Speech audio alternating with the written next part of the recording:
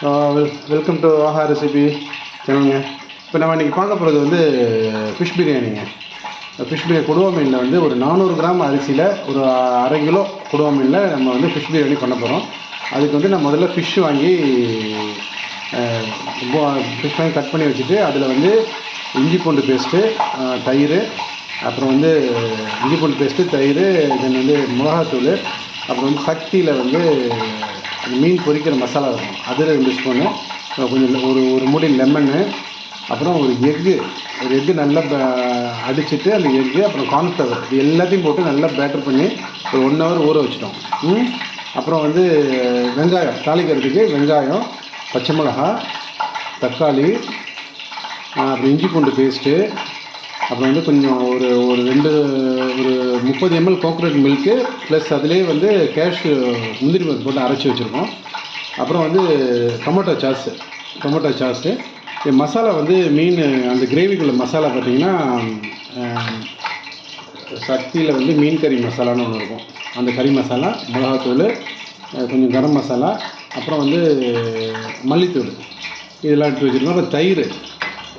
இப்போ அங்கே ஒரு பேஸ்ட் எடுத்து வச்சுருக்கோம் பார்த்தீங்களா, அதுதான் அதோடய சீக்ரெட் இன்க்ரீடியன்ட். என்னென்னு கேட்டிங்கன்னா, ப்ரான்ஸ் இருக்குது பாருங்கள். ஒரு 3 ப்ரான்ஸ் எடுத்துகிட்டு அதில் கொஞ்சம் கரம் மசாலா, தயிர் போட்டு அது நல்லா பேஸ்ட் மாதிரி அரைச்சி வச்சுருக்கோம். அதுதான் வந்து ஃபிஷ் பிரியாணி பெரிய டேஸ்ட் கொடுக்கும். அப்புறம் வந்து ஆனியன் வந்து பொன்னிறமாக வறுத்து எடுத்து வச்சுருக்கோம். முந்திரி பருப்பு போட்டு வச்சுருக்கோம், வறுத்து எடுத்து வச்சுருக்கோம். அப்புறம் வந்து இந்த கிரேவிக்குள்ளே மீன் அதை எடுத்து வச்சுருக்கோம். தென் வந்து பாஸ்மதி அரிசி 400 கிராம்ஸ் வந்து எடுத்து 1 மணி நேரம் ஊற வச்சுட்டு வடித்து வச்சுருக்கோம். இப்போ நம்ம மீனை முதல்ல ஃப்ரை பண்ணுவோம். இப்போ இதில் வந்து நம்ம வந்து அரிசியை வேக வைக்கிறதுக்கு தண்ணி கொதிக்க வச்சுருக்கோம். அதுலேயே வந்து பட்டை, கிராம்பு, ஏலம், அன்னாசி மொக்கு, தென் வந்து கொஞ்சம் ஜாதி பத்திரி அதை போட்டு நம்ம நல்லது தண்ணி கொதிச்சிட்ருக்கு. நாங்கள் அப்புறம் இதுக்குள்ளே போவோம் ஃப்ரை பண்ணுறதுக்குள்ளே. பண்ண வச்சு மீன் எடுத்து நம்ம ஃப்ரை பண்ணுவோம். மீன் நல்லா ஃப்ரை பண்ணிகிட்ருக்கோம். மீன் நல்லா சவுண்டு வரட்டும். இந்த முட்டை, கார்ன்ஃப்ளவர் இதெல்லாம் எதுக்கு போடுறதுன்னா, இந்த தம்மில் போடும்போது மீன் உடையாமல் இருக்கும். மீன் வந்து சாப்பிட்றதுக்கும் நல்ல டேஸ்ட்டாகவும் இருக்கும். அதனால தான் இந்த உடையாமல் இருக்கிறதுக்கு தான் கார்ன்ஃப்ளவரும் முட்டை இதில் போட்டு பேட்டர் பண்ணி. இப்போ மீன் நல்லா அழகாக பொரிச்சு எடுத்தாச்சுங்க. நல்லா கோல்டன் ப்ரௌன் வர வரைக்கும் பொரிச்சு எடுத்தாச்சு. இப்போ நம்ம வந்து ஃபிஷ் பிரியாணிக்குள்ள தலைப்புக்கு போவோம். பிரியாணிக்கு உள்ள தலைப்புக்கு போவோம். கொஞ்சம் அடியே நல்லா பாட்டம் நல்லா ஹெவியாக உள்ள பாட்டம் உள்ள பாத்திரத்தை எடுத்துங்க. இப்போ நம்ம மீன் பொரிச்சிருக்கோம்ல, அப்புறம் அந்த எண்ணெயே எடுத்துப்போம். மொத்தம் பிரியாணிக்கு வந்து இப்போ வந்து 1 கிலோ பிரியாணினா 280 ml வந்து ஆயிலும் நெய்யும் சேர்த்து வேணும். இப்போ நம்ம வந்து அது கரெக்டாக அந்த அளவுக்கு இப்போ 400 கிராம் எடுத்துருக்கோம். ஸோ ஒரு 200 ml ஆயில், 225 ml ஆயில் நெய்யும் சேர்த்து எடுத்துக்கிறோம். இப்போ ஏற்கனவே மீன் பொரிச்சு வச்ச எண்ணெயே அதை கொஞ்சம் ஊற்றிட்டு மேற்கொண்டு எண்ணெய் ஊற்றிக்கிறோம். அதுவே நல்லா டேஸ்ட்டாக தான் இருக்கும். அந்த மீனுடைய எசன்ஸ்லாம் அந்த எண்ணெயில் இறங்கியிருக்கும். நல்ல டேஸ்ட்டாக இருக்கும்.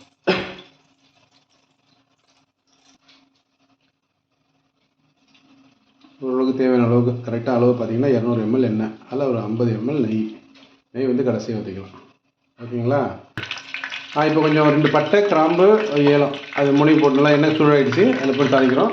இப்போ அடுத்தது நம்ம வெட்டி வச்சுருக்கிற வெங்காயம், தக்காளி, பச்சை மிளகாய், இஞ்சி பூண்டு பேஸ்ட்டு, தயிர் இதெல்லாம் போட்டு நல்லா வெங்காயம்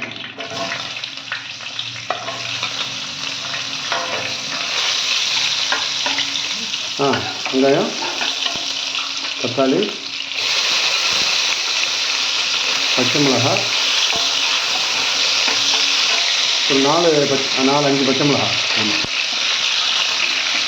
நம்ம இந்த முந்திரி பேஸ்ட்லாம் ஊற்றுறோம்ல, அதனால் கொஞ்சம் இனிப்பு கொடுக்கும். காரம் 5 பச்சை மிளகாய் போடலாம். இஞ்சி பூண்டு பேஸ்ட் வந்து ஒரு 2 ஸ்பூனு. நம்ம அரை கிலோ தானே எடுத்துருக்கோம். போதும் இஞ்சி பூண்டு பேஸ்ட். தயிர் ஒரு நல்ல ஒரு நம்ம புளிப்பு தயிர்.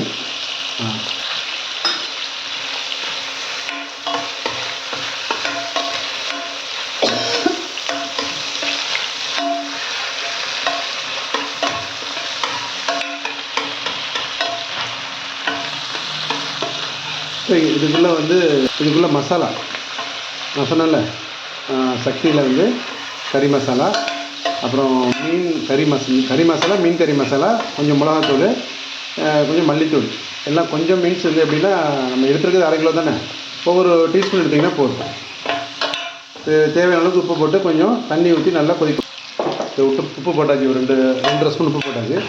நல்லா இதை வந்து வதக்கிடணும். இப்போ வந்து நம்ம இந்த இறால், தயிர், கரம் மசாலா போட்டு அரைச்சி வச்சுருக்கோம்னா பேஸ்ட்டு, அதையும் அதில் போடுறோம். அதுதான் மீன் பிரியாணிக்கு ஒரு முக்கியமான ஒரு இன்க்ரீடியன்ட். அந்த இறால் அரைச்சி போட்டிங்கன்னா தான் அந்த டேஸ்ட்டு வந்து நல்ல ஃப்ளேவர் நல்லாயிருக்கும், நல்ல புது இறாலாக இருக்கணும். இப்போ மேலே மல்லிகை வேணால் போட்டுருங்க. போட்டுட்டு நம்ம இந்த மீன் வச்சுருக்கோம் பாருங்கள், அந்த மீனை அதை போட்டு நல்லா அதில் போட்டு வதக்கிட்டு ஒரு டம்ளர் தண்ணி ஊற்றி அந்த மீன் நல்லா கொதி வரட்டும். மீன் பிரியாணிக்கு வந்து கொடுவா மீன் இல்லை பாறை மீன், இதுதான் நல்லாயிருக்கும். எலும்பு முள் கம்மியாக இருக்கிறதுனால முள் உடையாமல் சாப்பிடும்போது வாயில் முள்ளை மாட்டாமல் இருக்கும். ஒரு மூடி அளவுக்கு எலுமிச்சம்பழத்தை மேலே வந்து நல்லா புழிஞ்சு விட்டுரும். ஒரு 2 ஸ்பூன் வந்து டொமேட்டோ சாஸ், அதுவும் ஊற்றணும். இது மீன் பிரியாணிங்கிறது கொஞ்சம் டெலிகேட்டாக செய்கிறது தான், நிறைய இன்க்ரீடியன்ட் தேவைப்படும். அப்போ தான் இந்த மீனுடைய கவுச்செல்லாம் இல்லாமல் ரொம்ப நல்ல டேஸ்ட்டான ஃப்ளேவரோடு இருக்கும். இப்போ நல்லா ஒரு 5 நிமிஷம் நல்லா கொதி வரட்டும். நம்ம அதுக்கு இடையில் வந்து இப்போ இந்த அரிசியை வேக வைக்கிறதுக்கு தண்ணி கொதிச்சிட்ருக்கு. அதில் வந்து இப்போ அரிசி இதில் இப்போ இந்த அரைச்சி வச்சுருக்க முந்திரி பேஸ்ட் நல்லா ஊற்றணும். முந்திரி, தேங்காய் பால், ஒரு 30 ml தேங்காய் பால், ஒரு 10 முந்திரி கலரி விட்டுருணும். கலரே எப்படி இருக்குது பாருங்கள், ரொம்ப லோபலாக இருக்கும்.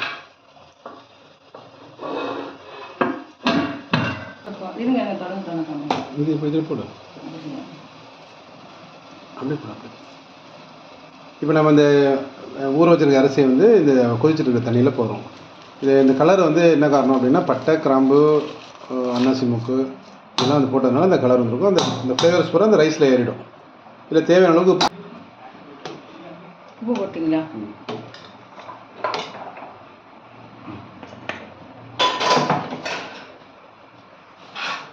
ஒரு 2 ஸ்பூன் அளவுக்கு உப்பு போட்டுக்கணும். ஏன்னா இது தண்ணியெலாம் வடிச்சிடும்ல, அதனால் வந்து உப்பு வந்து கொஞ்சம் கூட போட்டால் தான் வந்து நல்லா உப்பெல்லாம் ஏறிடும். அரிசி சாதத்தில் உப்போட தன்மை ஏறிடும். இப்போ மூடி வச்சுருவோம். நல்லா அரிசி வந்து ஒரு 10 நிமிஷத்தில் நல்லா வந்து மேலே வந்துடும். அதுக்கப்புறம் நம்ம வடிச்சிட்டு மேலே நம்ம அந்த கிரேவி மேலே தம்மில் இடையில வந்து நல்லா வந்து அரிசி வந்துருக்கான்னு ஒரு தடவை கிளறி விட்டு பார்த்துங்க. இப்போ நான் பார்த்த வகையில் அது ஒரு 40% தான் வெந்திருக்கு, இன்னொரு 20% வேகணும். இப்போ அரிசி வந்து கிட்டத்தட்ட 60% வெந்துருச்சு. நம்ம எப்படி நல்லா வடிச்சிட்டு தண்ணி சுத்தமாக இல்லாத அளவுக்கு எடுத்துகிட்டு நம்ம மேலே வந்து இந்த ஏற்கனவே வந்துட்டு இருக்கிறதில் வந்து நம்ம தம்மில் போட போகிறோம். அந்த கிரேவியில் உப்பு கொஞ்சம் பத்தல, உப்பு நாங்கள் போட்டுக்கிட்டோம், ஒரு 2 ஸ்பூன் அளவுக்கு உப்பு போட்டுக்கிட்டோம்.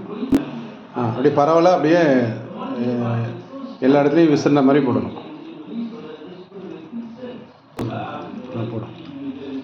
இப்போ ஒரு பாதி அளவுக்கு ரைஸ் போட்ட பிறகு நம்ம ஏற்கனவே வறுத்து வச்சுருக்கோம்ல மீன், அது மேலே வச்சுட்டு அது மேலே தான் அது அப்படியே அடுக்குன மாதிரி வைக்கணும். எல்லா பக்கமும் பரவுற மாதிரி அந்த மீனை மேலே பரத்தி வச்சுட்டு அதுக்கு மேலே மறுபடியும் நம்ம ரைஸை போட்டுட்டு தம்மில் போட வேண்டியதுதான். பார்க்குறதுக்கு நல்லா சூப்பராக இருக்குது. இப்போ மேலே வந்து மீதி அரிசியை அது மேலே அப்படியே போட போகிறோம். போட்டுட்டு நான் வந்து கொஞ்சம் பால் அதில் குங்குமம் எடுத்து வச்சுருக்கேன், கலந்து வச்சுருக்கேன், அந்த மேலே அப்படியே ஊற்றி விட போகிறோம். அதுக்கப்புறம் அதில் வந்து ஒரு 2 ஸ்பூன் அளவுக்கு கொஞ்சம் லேவிஷாகவே நெய் வந்து ஒரு 2 ஸ்பூன் அளவுக்கு ஊற்றி விடணும். அப்போ தான் நல்லா செட் ஆகும். இப்போ நம்ம ஒரு 20 நிமிஷம் தம்மில் போட்டுட்டிங்கன்னா ஃபிஷ் பிரியாணி ரெடி. இப்போ நம்ம வந்து தம்மில் போட்டுட்டு மேலே வந்து இதுமாரி குத்தி விடணும். அப்போ தான் இந்த கீழே உள்ள கிரேவிலாம் மேலே வரும். குத்தி விட்டுட்டு அப்போ மேலே நம்ம மூடி போட்டுட்டு ஒரு 20 நிமிஷம் தம்மில் போடணும். அவ்வளோதான். ஒரு 5 நிமிஷம் நல்லா ஹை ஃப்ளேமில் வச்சுருந்தேன். அதுக்கப்புறம் நான் வந்து இப்போ தோசைக்கல்ல கீழே வச்சு அது மேலே இந்த பாத்திரத்தை தூக்கி வச்சுட்டேன். பிரியாணி பாத்திரம் ஹெவியாக இருந்தால் கூட அடிப்பாகும். கொஞ்சம் இந்த தம் போடும்போது கீழே தோசைக்கல்ல வச்சுட்டு போகிறது கொஞ்சம் நல்லா சேஃபாக இருக்கும், கீழே அடி பிடிக்காமல். ஓகேங்க, கிட்டத்தட்ட ஒரு 20 நிமிஷம் தம்மில் போட்டாச்சு. இப்போ அது அப்படியே எடுப்போம், தண்ணி வரும் பார்த்து அப்படி எடுப்போம். அருமையாக இருக்குது, சூப்பராக இருக்குது. மேலே இப்போ இந்த ஆனியனும் முந்திரியும் போட்டுருவோம். நல்ல ஃப்ளேவராக நல்ல வாசனையாக இருக்குது. இது வந்து அப்படியே நம்ம அரிசி உடையாமல் அப்படியே கிளறி தேவையான அளவுக்கு எடுத்து வச்சுட்டு நம்ம சாப்பிடுங்க. நீங்கள் பாருங்கள், ட்ரை பண்ணி பாருங்கள், சப்ஸ்கிரைப் பண்ணுங்கள். கமெண்ட்ஸ் போடுங்க. Have a nice day.